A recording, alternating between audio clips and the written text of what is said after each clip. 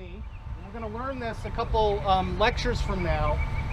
This is a small-ish type of hive that we're going to learn about in a couple lectures, where the bees are crawling around the wax combs that's on the inside of the hive.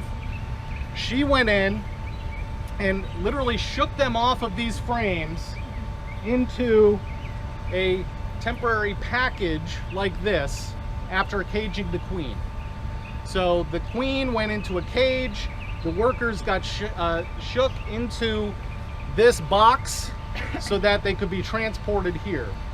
So in doing so, they no longer have access to their brood, to their honey, to their home.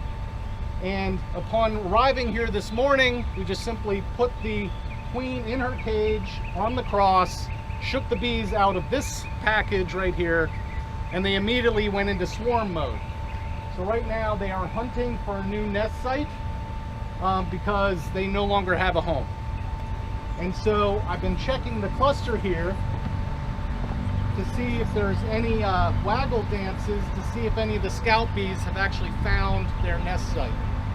And as of yet, they haven't located anything, but that might change by the end of the demonstration. We'll see.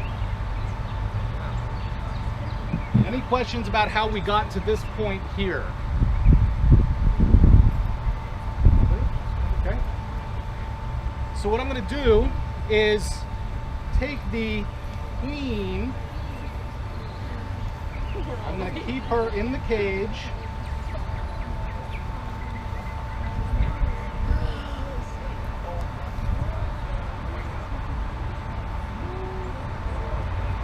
So see how they're clustering around her.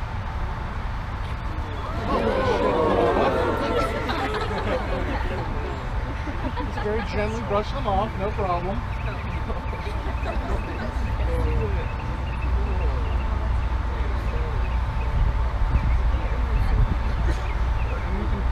The queen around. There's one queen.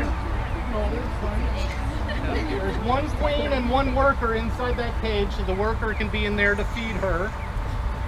But in essence, this just enables the workers to be able to cluster around her, but without her flying and taking off on us, right? Now, the pheromones that the queen produces is something that emanates from the cage.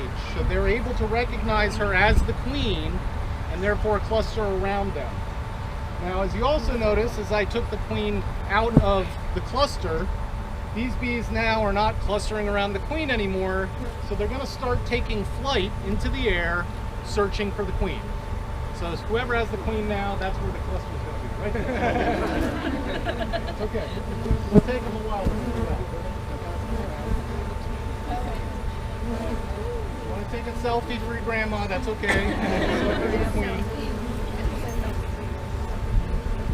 Now the other thing, what is the other pheromone that we learned about in lecture where they're orienting to each other, the come hither pheromone or the homing beacon, the Nasanov pheromone.